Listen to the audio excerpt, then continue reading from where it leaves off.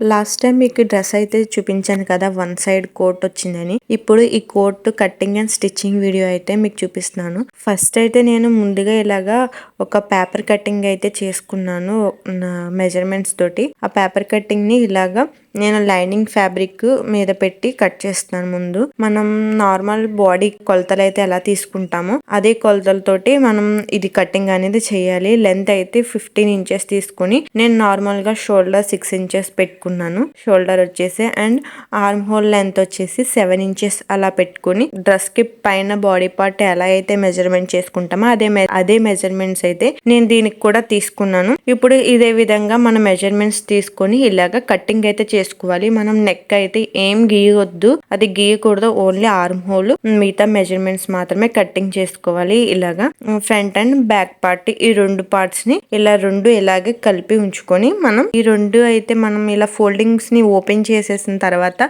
ఇటు one side shoulder ఎంత అయితే ఉంటుందో మనం 3 ఇంచెస్ తీసుకుంటాం కదా, మిడిల్ లోకి ఒక మార్క్ చేసుకొని అండ్ ఇంకొక సైడ్ కూడా మనం అదే 3 ఇంచెస్ మెజర్ తోటి షోల్డర్ అనేది ఇలాగా మార్కింగ్ అయితే పెట్టుకోవాలి. నేను అటు ఇటు కూడా మధ్యలో మొత్తం 3 ఇంచెస్ కి ఇలాగా మార్కింగ్ అయితే పెట్టుకున్నాను. మిడిల్ లో ఒక మార్కింగ్ అయితే చేసుకొని ఇప్పుడు మనం ముందుగా అయితే పేపర్ కటింగ్ చేశాను కదా, ఆ పేపర్ కటింగ్ ని నేను ఎలా కట్ చేశానో చూపిస్తాను. ఇప్పుడు మన వెస్ట్ సైజ్ ఎంతైతే ఉంటుందో దాన్ని 34 ఇంచెస్ అయితే ఉంది.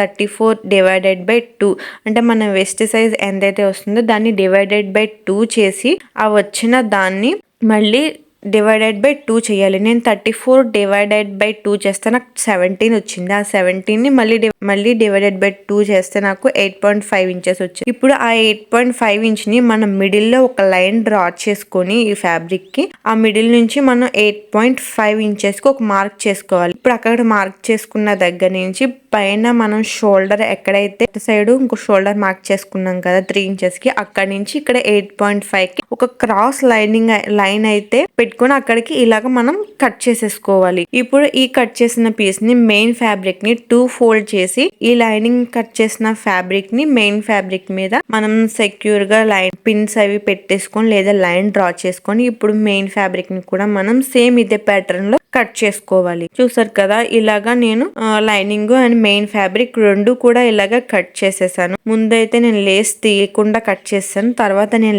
లేస్ తీసేసి నేను దీని అయితే స్టిచ్చింగ్ అయితే చేశాను. ముందుగా మనం సైడ్ కార్నర్ లో ఒక థ్రెడ్ అనేది పెట్టేసి కుట్టిన తర్వాత మనం చుట్టూరు మనం ఇలాగా అయితే మనం కుట్టేసుకోవాలన్నమాట. ఒక స్టిచ్ అయితే వేసుకోవాలి. వన్ సైడ్ అయితే కుట్టు వదిలేసి మనం సైడ్ జాయింట్స్ ఎక్కడ వేస్తామో అక్కడ కుట్టు వదిలేసి మెయిన్ ఫ్యాబ్రిక్ రైట్ సైడ్ లో పెట్టి దానిపైన లైనింగ్ పెట్టిన తర్వాత ఒక చుట్టూరు ఒక స్టిచ్ అనేది వేసేసుకుని మనం రివర్స్ చేసుకునేటట్టుగా అయితే దీన్ని స్టిచ్ చేసుకోవాలి. ఇలా స్టిచ్ వేసుకున్న తర్వాత ఎక్స్ట్రా ఉన్న క్లాత్ ని కూడా ఇలా కట్ చేసేసుకొని ఇప్పుడు మనం దీన్ని రౌండ్స్ అయి ఉంటాయి అక్కడ చిన్నగా కట్స్ అనేది ఇచ్చుకున్న తర్వాత ఇప్పుడు మనం ఫ్యాబ్రిక్ అంతా కూడా ఇలా రివర్స్ చేసేసుకోవాలి.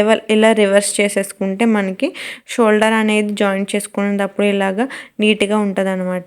మనం రివర్స్ చేసి ఈ చుట్టూరు ఇటు సైడ్ ఇలా అంతా కుట్టేసిన తర్వాత మనం రివర్స్ చేసుకుంటే ఇలాగా చూడడానికి నీట్ గా అయితే ఉంటది. మనకి ఆర్మ్ హోల్ దగ్గర అంతా కూడా అలాగా నీట్ గా ఉంటది అనమాట. ఆర్మ్ హోల్ అనేది మనం రివర్స్ చేసి అలా కుట్టడం ద్వారా అండ్ నెక్స్ట్ పీస్ కూడా రెండోది బ్యాక్ పార్ట్ కూడా ఇలాగే కుట్టేసుకోవాలి. ఇవి రెండు కుట్టేసుకొని ఇప్పుడు మనం ఇక్కడ ఈ సైడ్ జాయింట్స్ అండ్ షోల్డర్స్ ఇవి రెండు జాయింట్ చేసుకుంటే సరిపోతుంది. ఇక్కడ నేను చూపించినట్టుగా ఇలాగ ఈ సైడ్ జాయింట్స్ ఇంకా షోల్డర్స్ ఇవి రెండు కూడా జాయింట్ చేసేసుకుంటే అంతే, మనకి వన్ సైడ్ కోట్ అనేది రెడీ అయిపోతుంది. ఇది చాలా సింపుల్ అండ్ ఈజీయే కట్టింగ్ అండ్ స్టిచ్చింగ్ కూడా. చూసారు కదా, చాలా నీట్ గా ఉంది. ఈ వన్ సైడ్ కోట్ కట్టింగ్ అయితే మీకు అర్థమైందని అనుకుంటున్నాను. అర్థమైతే ఈ వీడియోని లైక్ చేయండి. చాలా సింపులే ఇది కట్టింగ్ అండ్ స్టిచ్చింగ్ కూడా. And thanks for watching my video. Bye bye.